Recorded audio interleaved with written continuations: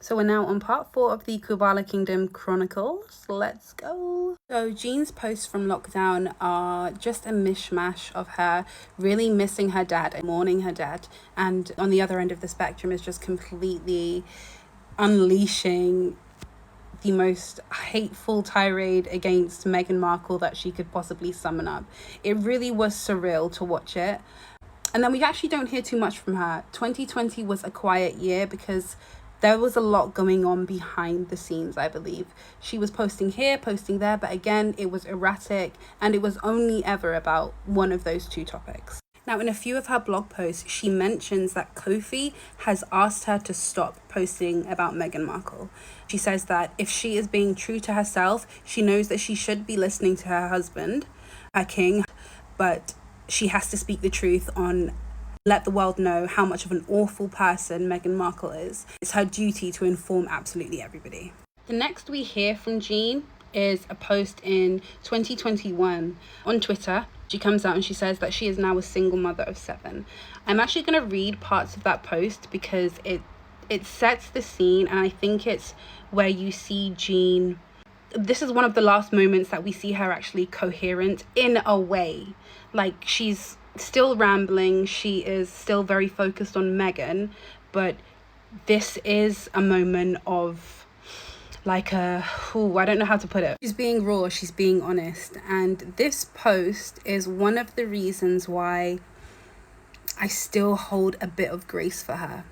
I know that she is not completely innocent, because don't get it twisted, she is very, very, very integral when it comes to them recruiting these young vulnerable women from the States and from wherever to join them. She likes the idea of having a handmaid, she likes the idea of being a queen and all these other things. So I'm not babying her too much, but it does tug at the heartstrings. You can see that she actually is a broken woman. This man is really, really a manipulative piece of work. So she starts by saying,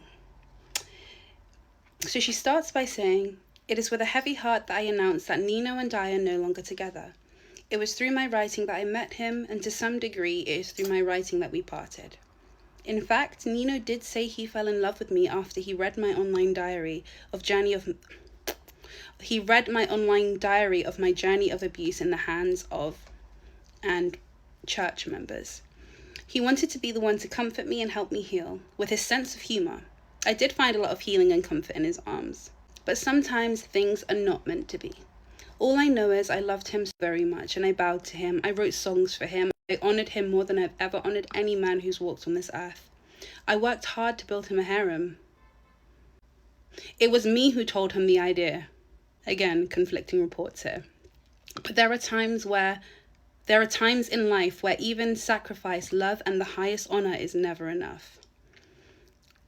I did not want to write this blog because, first of all, as a black woman, my journey and my life is my fault, especially to other black people.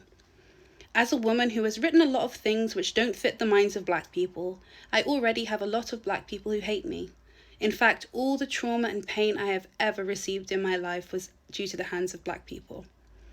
Daddy was the only person on this earth who was my friend. I have never really had friends in my life. I have always walked alone and been betrayed a lot. Every time I wrote about some of the things I've been through, Zimbabweans and most black people who read my work always told me that I am the one with the problem, because all those people can't just not like you, starting with your own mother. But when it comes to Meghan Markle, who has fallen out with every member of her family and her husband's family, black people hail her as a hero and a victim. But for me, because I am fully black and Mary Tamar, I do not have the privilege to be understood and hailed as a hero by black people." She goes on to say, "Since my daddy died, a lot has happened. A few months before he died, I felt so connected to Daddy and honoured him a lot in my essays writing about Meghan was a revelation to me. It came from within. Nino was never too happy about me writing about Meghan because she is someone who he has always admired and respected. He thought everything Meghan has done is a calling and a blessing for black people. So sadly, I stopped writing about Meghan, barely, like for a week, a few days before Daddy died. But what was to comfort me was that about 2 weeks before my daddy passed, as I was writing about Megan and praising him, I felt like daddy would not read that essay. Something in me told me to just write directly to him, tell him how much I appreciated that I was born his daughter. Then he told me I made him cry, and that was the last conversation I had with him. I was comforted that even though Nino did not support or agree with my Megan articles, somehow they made me be at peace with daddy, reach out to him on his last days, and reach out to him in his last days on earth. So I believe my instincts were right. Okay, I am a woman so hated, so misunderstood. I do not sometimes understand why I was born with a mind like this or with the hands that I have. The things that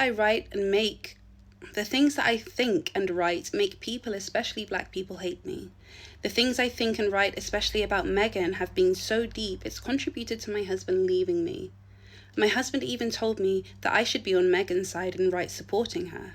But I couldn't betray my own soul, because through dreams and revelations of God showing me who Megan was, even though I've always been a submissive wife, I could not come out and write praises for a woman I believe is evil. Her cause even hurts black women like me even more. I could never come out and write praises for a woman saying things that black people praise her for things I have endured and been called mad for. I could never betray my soul, so because of my pen, I sit here alone today. She talks about writing these books, that she's still going to write this book that exposes Megan. She talks about missing her dad again. And then she says, "For now I am at a crossroads where all I have on earth and in my hand is my pen and my 7 children. My pen and my mind did cost me the only husband I ever loved. I have nothing to lose now. Before I join my daddy to rest, I only have 2 things I wish for: to see my children grow and for my books to be published. That's what I believe I live for. That's all I have. Yes, for that reason, I am now a single mother of 7.